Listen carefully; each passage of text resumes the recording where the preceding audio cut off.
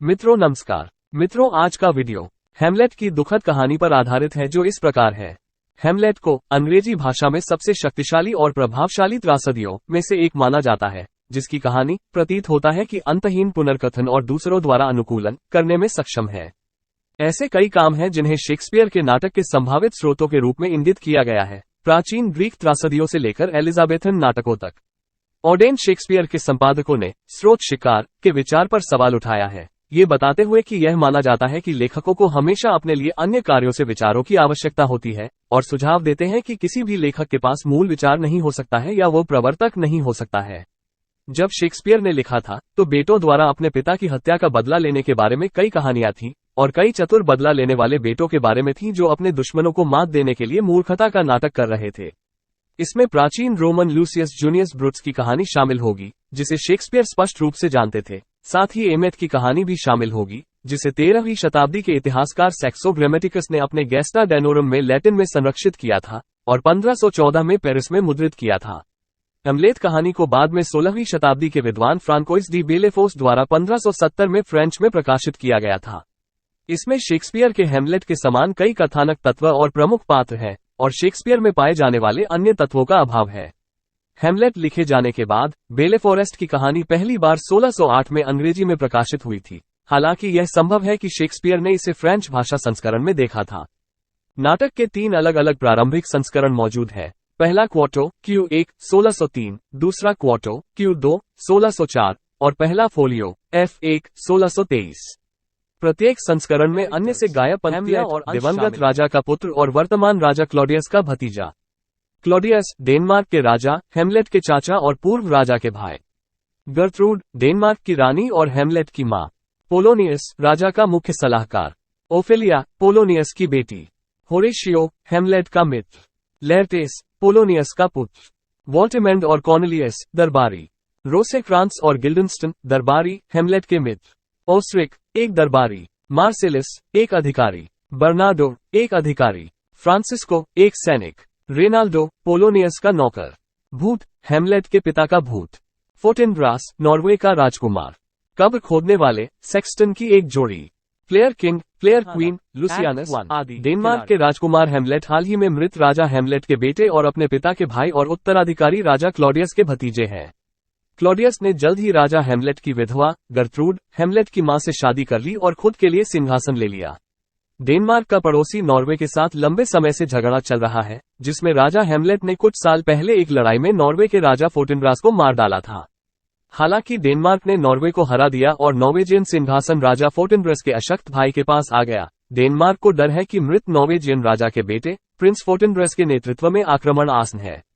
Danish शाही महल एल्सिनोर की प्राचीर पर एक ठंडी रात में संतरी बर्नार्डो और मार्सेलिस दिवंगत राजा हैमलेट से मिलते जुलते एक भूत पर चर्चा करते हैं, जिसे उन्होंने हाल ही में देखा है, और प्रिंस हैमलेट के दोस्त होरेशियो को गवाह के रूप में लाते हैं। भूत के दोबारा प्रकट होने के बाद तीनों ने प्रिंस हैमलेट को ये बताने की कसम खाई कि उन्होंने क्या देखा है। अगले दिन दरबार इकट्ठा होता है और राजा क्लॉडियस और रानी गर्ट्रूड अपने बुजुर्ग सलाहकार पोलोनियस के साथ राज्य के मामलों पर चर्चा करते हैं। क्लॉडियस पोलोनियस के बेटे लेरटेस को फ्रांस में स्कूल लौटने की अनुमति देता है, और वह नॉर्वे के राजा को फोर्टिनब्रास के बारे में सूचित करने के लिए दूत भेजता है। क्लॉडियस ने हैमलेट से उसके पिता के लिए शोक जारी रखने के बारे में भी सवाल किया और उसे विटनबर्ग में अपने विश्वविद्यालय में लौटने से मना किया। अदालत से बाहर निकलने के बाद हैमलेट अपने पिता की मृत्यु और अपनी मां की जल्दबाजी में पुनर्विवाह से निराश हो गया। होरेशियो से भूत के बारे में जानकर हैमलेट ने इसे स्वयं देखने का संकल्प लिया। जैसे ही पोलोनियस का बेटा लेरटेस फ्रांस के लिए प्रस्थान करने की तैयारी करता है, पोलोनियस उसे सलाह देता है जिसकी परिणति इस कहावत में होती है, तुम्हें स्वयं सच्चा होना चाहिए। पोलोनियस की बेटी ओफेलिया हैमलेट में अपनी रुचि स्वीकार करती है, लेकिन लेरटेस उसे राजकुमार का ध्यान आकर्षित करने के खिलाफ चेतावनी देती है, और पोलोनियस आदेश देता है उसे उसकी प्रगति को अस्वीकार करने के लिए। उस रात प्राचीर पर भूत हैमलेट को दिखाई देता है, राजकुमार को बताता है कि उसकी हत्या क्लॉडियस ने की थी, और मांग करता है कि हैमलेट हत्या का बदला ले। हैमलेट सहमत हो जाता है और भूत गायब हो जाता है। राजकुमार होरेशियो को बताता है और संतरी की अब से वह एक अजीब स्वभाव रखने की योजना बना रहा है, या ऐसा व्यवहार कर रहा है जैसे कि वो पागल हो गया है। हैमलेट उन्हें बदला लेने की अपनी योजना को गुप्त रखने की शपथ लेने के लिए मजबूर करता है, हालांकि वो भूत की विश्वसनीयता के बारे में अपने पिता के पास जाती है और उसे बताती है कि हेमलेट आधी रात को उसके दरवाजे पर आधे कपड़े पहने हुए आया था और गलत व्यवहार कर रहा था। पोलोनियस ने हेमलेट के पागलपन के लिए प्यार को दोषी ठहराया और क्लॉडियस और गर्ट्रूड को सूचित करने का संकल्प लिया। जैसे ही वो ऐसा करने के लिए प्रवेश करता है, राजा और रानी एल्सिनोर में हेमलेट के 2 छात्र परिचित रोसेक्रांस और गिल्डनस्टन का स्वागत कर रहे हैं। शाही जोड़े ने अनुरोध किया है कि दोनों छात्र हेमलेट की मनोदशा और व्यवहार के कारणों की जांच करें। अतिरिक्त समाचार के लिए आवश्यक है कि पोलोनियस को सुने जाने की प्रतीक्षा की जाए। नॉर्वे के दूतों ने क्लॉडियस को सूचित किया कि नॉर्वे के राजा ने अपने पिता की लड़ाई को फिर से लड़ने के प्रयास के लिए प्रिंस फोर्टिनब्रास को फटकार लगाई है। फोर्टिनब्रास ने जिन सेनाओं को डेनमार्क के खिलाफ मार्च करने के लिए नियुक्त किया था, उन्हें पोलैंड के खिलाफ भेजा जाएगा। हालांकि वे वहां पहुंचने के लिए डैनिश क्षेत्र से गुजरेंगे। पोलोनियस ने क्लॉडियस और गर्ट्रूड को हेमलेट के व्यवहार के बारे में अपना सिद्धांत बताया और फिर अधिक जानने की कोशिश करने के लिए महल के एक हॉल में हेमलेट से बात की। हेमलेट पागलपन का नाटक करता है और हर समय पोलोनियस का सूक्ष्मता से अपमान करता है। जब रोसेक्रांस और गिल्डनस्टन पहुंचते हैं तो हेमलेट अपने दोस्तों का गर्मजोशी से स्वागत करता है, लेकिन तुरंत समझ जाता है कि वे क्लॉडियस के लिए उसकी जासूसी करने के लिए वहां आए हैं। हेमलेट स्वीकार करता है कि वह अपनी स्थिति से परेशान है, लेकिन सही कारण बताने से इनकार कर देता है। इसके बजाय उसने टिप्पणी की, आदमी क्या काम करता है। रोसेक्रांस और गिल्डनस्टन ने हेमलेट को बताया कि वे अपने साथ अभिनेताओं की एक मंडली लेकर आए हैं जिनसे उनकी मुलाकात एल्सिनोर की यात्रा के दौरान हुई थी।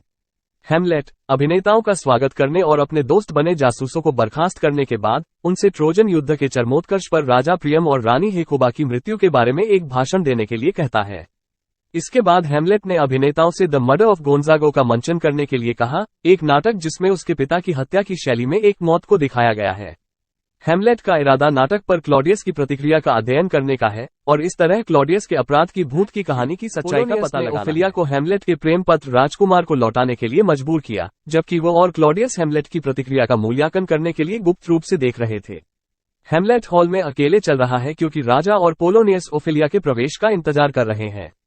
हेमलेट जीवन बनाम मृत्यु के विचारों पर विचार करता है।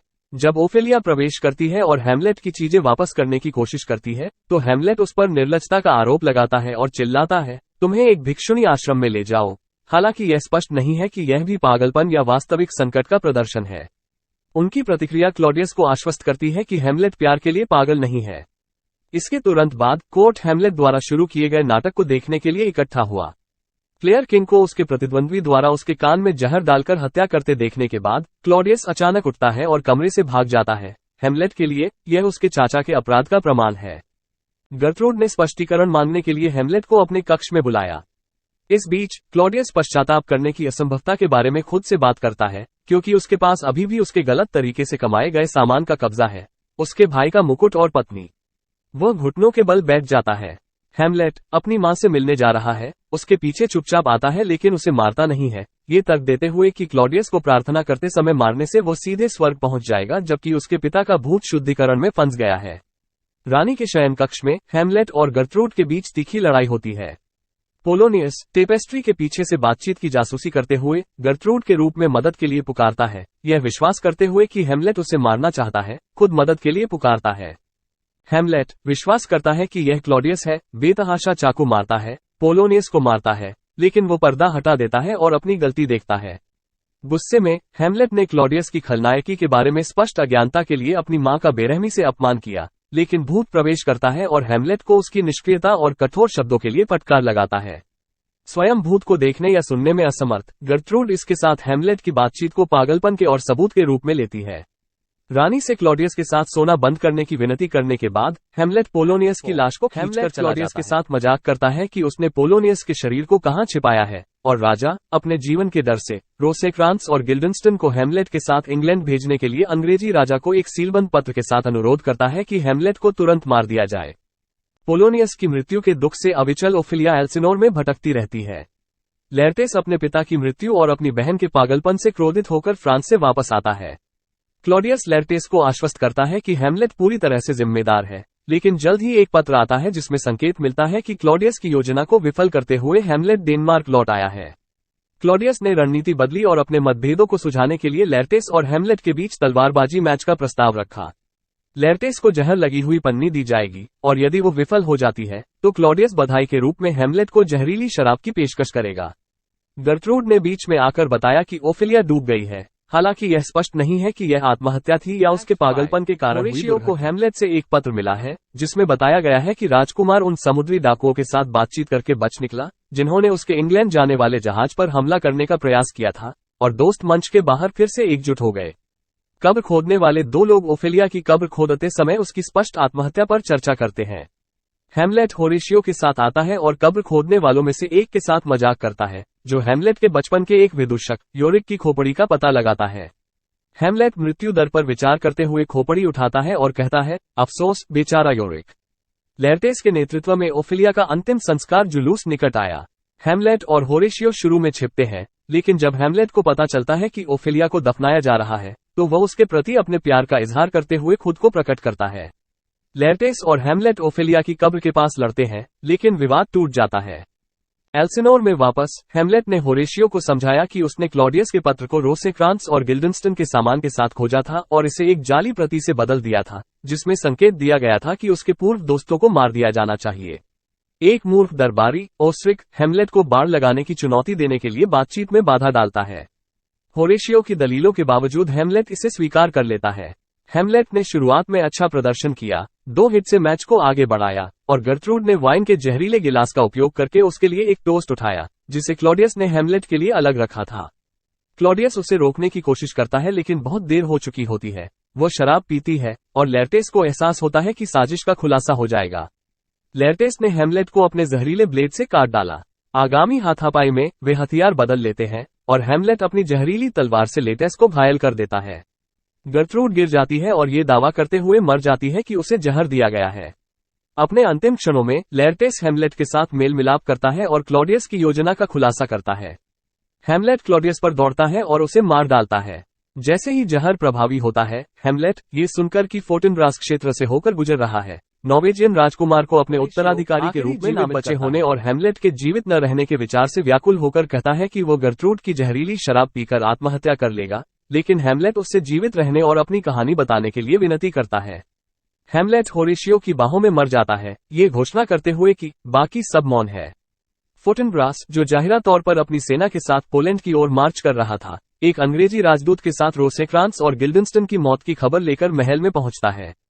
होरेशियो ने जो कुछ हुआ उसकी पूरी कहानी बताने का वादा किया, और फोर्टिनब्रास ने पूरे डैनिश शाही परिवार को मृत देखकर ताज अपने लिए ले लिया और हैमलेट के सम्मान में एक सैन्य अंतिम संस्कार का आदेश दिया। इस तरह ये दुखद कहानी खत्म हो गई।